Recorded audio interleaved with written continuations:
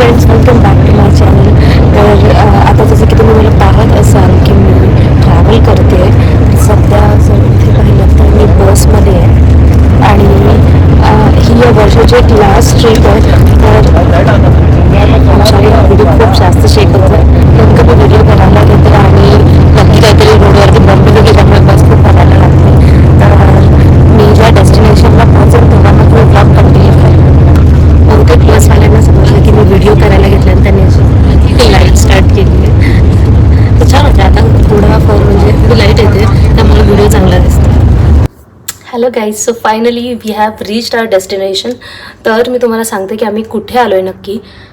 त्याआधी हा माझा थोडा इथून बाल्कनी किंवा विंडो व्ह्यू म्हणू शकतो आपण. येस, तर मी तुम्हाला पटकन होम टूर देते आणि मग मी तुम्हाला सांगते की मी कुठे आली आहे. So this is our room.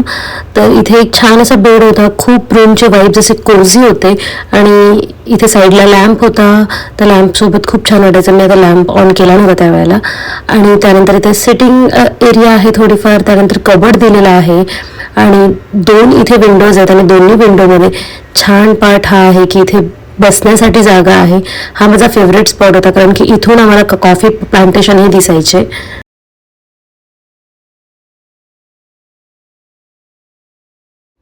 त्यानंतर या साईडला वॉशरूम आणि इथे टीव्ही दिलेला आहे.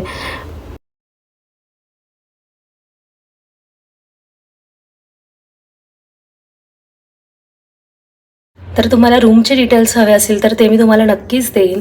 आणि मी तुम्हाला सांगतेच आम्ही नक्की कुठे आलो आहे. तर आम्ही आलो आहे कूर्गमध्ये.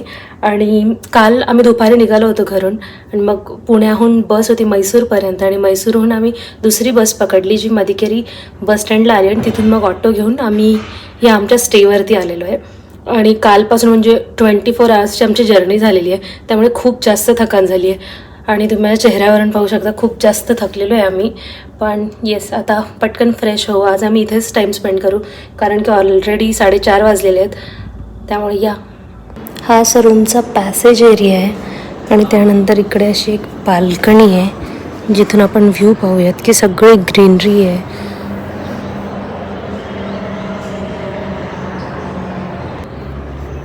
इथे रात्री बॉनफायर करायलाही जागा आहे. खूप छान शांत असं वाटतंय. पक्ष्यांचा आवाज येतोय. हे अजून खूप जास्त सुंदर आहे. तर इथे आय थिंक डिनर आणि लंचसाठी येऊ शकतो आम्ही. त्यांचा कॅफे आहे आणि इथून असं वरती जायसाठी अजून मी ते वरती गेली नाही आहे. ओके, आय थिंक हा एंट्रन्सच आहे. येस, तिथून आतमध्ये गेल्यावर तिथून एंट्रन्स आहे आणि इथूनही डायरेक्ट बाहेर जाऊ शकतो. नाईस. आणि इथे वापस सगळे झाडं. हां, बहुतेक हीच आमची रूम आहे. येस. तर आता मी आंघोळ करून छान तयार होऊन खाली आली आहे आणि जसं की मगाशी मी वरून प्लेस दाखवला जे इथे फायर प्लेस आहे इकडे. हां, तर हा असा छान परिसर आहे. इथे खूप छान आहे.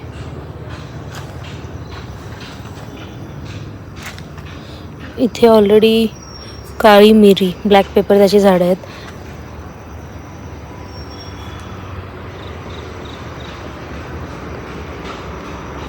तर आमच्या सोबत आता एक खूप फजिती झाली. तर जसं की तुम्ही इथं बघत असाल हा एक एरिया म्हणजे यांचा एक टेरेस आहे. इथून यांची एंट्रन्स लॉबी आहे. आम्ही इथे आलो. त्यानंतर इथे जी लिफ्ट आहे या लिफ्टमधून आम्ही 3rd फ्लोअरवर गेलो जिथे आमची रूम आहे. ठीक आहे, हा टॉप फ्लोअर आहे, त्याच्या खाली 3rd फ्लोअर आहे. आणि आम्हाला असं वाटलं की आम्ही वरती गेलो 3rd फ्लोअरसाठी म्हणून आम्ही 1st फ्लोअरवरती गेलो. तिथून मगाशी मी खालती गार्डन दाखवलं ते होतं. आणि आम्ही नंतर स्टेअर्सवरूनही आलो. म्हणजे सगळे मजले चढत आम्हाला हा फ्लोअर मिळतच नव्हता. आम्ही असं कसं झालं म्हणजे आम्ही लूपमध्ये फिरतो आहे आणि तसंही आम्ही हॉरर मूवीज या सगळ्या गोष्टी पाहत असतो त्यामुळे ती गोष्ट मनात आली की नक्की आलो आहे कुठे. म्हणून मग वापस आमच्या फ्लोअरवरती आलो. तर मगाशी मी तिकडून पाहिलं होतं की बाहेरचा एरिया कसा होता म्हणून मी म्हटलं की आपण समोरून जाऊयात. आणि मी समोरून आलो तेव्हा आम्हाला कळालं की अच्छा हा टॉप फ्लोअर आहे आणि इथून आपल्याला खाली जायचं आहे. म्हणजे दिसतं इथे की इथे वरती काही फ्लोअर नाही आहे तरी आमच्या लक्षात आलं नव्हतं की आपण खालती गेले असू. म्हणजे त्या मुवमेंटला लगेच असं झालं की अरे हे काय होते. हॅलो काहीच आज आहे डे 2. तर डे 2ला आम्ही सकाळी लवकर उठून तयारी केली आणि एक बाईक रेंट केली आणि त्यानंतर मग आम्ही बाकी जे प्लेसेस आहेत ते बघायला निघालो.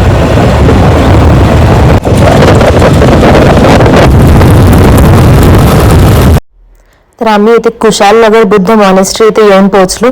तर आम्ही जिथे राहत होतो त्या ठिकाणाहून ही कुशालनगर जागा अराउंड 35 किलोमीटर होती, त्यामुळे आम्हाला पोहोचता बराच वेळ झाला होता. So this is first time I am visiting to the monastery. तर हा परिसर खूप छान होता आणि क्लीनही ठेवला होता. त्यासोबत इथलं जे कन्स्ट्रक्शन होतं ते खूप छान होतं. मी पहिल्यांदा अशा तऱ्हेचं कन्स्ट्रक्शन पाहत होते. त्यानंतर आतमधला जो एरिया होता, त्यांचे जे प्रेयर करायचा हॉल होता तोही खूप सुंदर होता. या ठिकाणी वॉल्सवरती भरपूर साऱ्या पेंटिंग्स केल्या होत्या, ज्यामधून ते एक स्टोरी सांगत होते.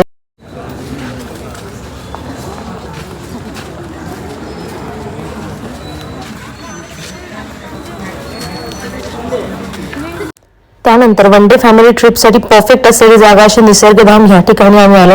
या ठिकाणी बोटिंगसाठी फॅसिलिटी अवेलेबल आहेत. खूप सारे लहान मुलांचे खेळ अवेलेबल आहेत. तर तुम्ही या ठिकाणी तुमच्या किड्स सोबत नक्कीच व्हिजिट करू शकता.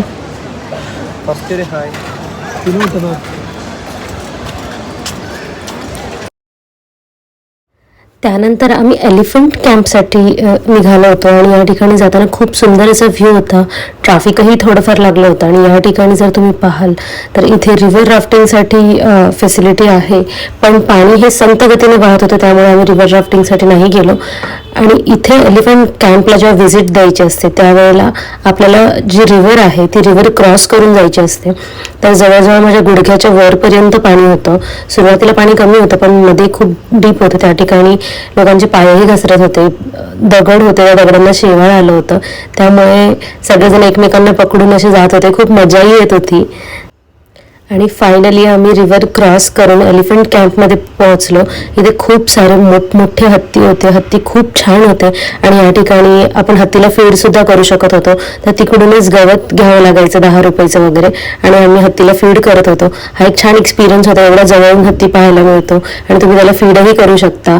आणि हत्तींचे सुळे जे असतात तेही खूप छान लांब इथे होते, मला पाहायला मिळाले.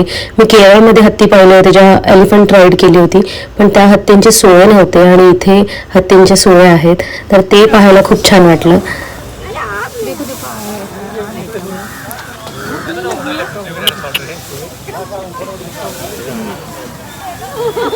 या एलिफंट कॅम्पला व्हिजिट करायचं पर्टिक्युलर टाईम आहे. त्या 2-4 तासामध्येच फक्त हत्तींना बांधून ठेवण्यात येतं. त्याऐवजी ते हत्ती इथे छानपैकी रानावनात मस्त फिरत असतात. त्यांना कायम बांधून नाही ठेवत. ती चांगली गोष्ट आहे.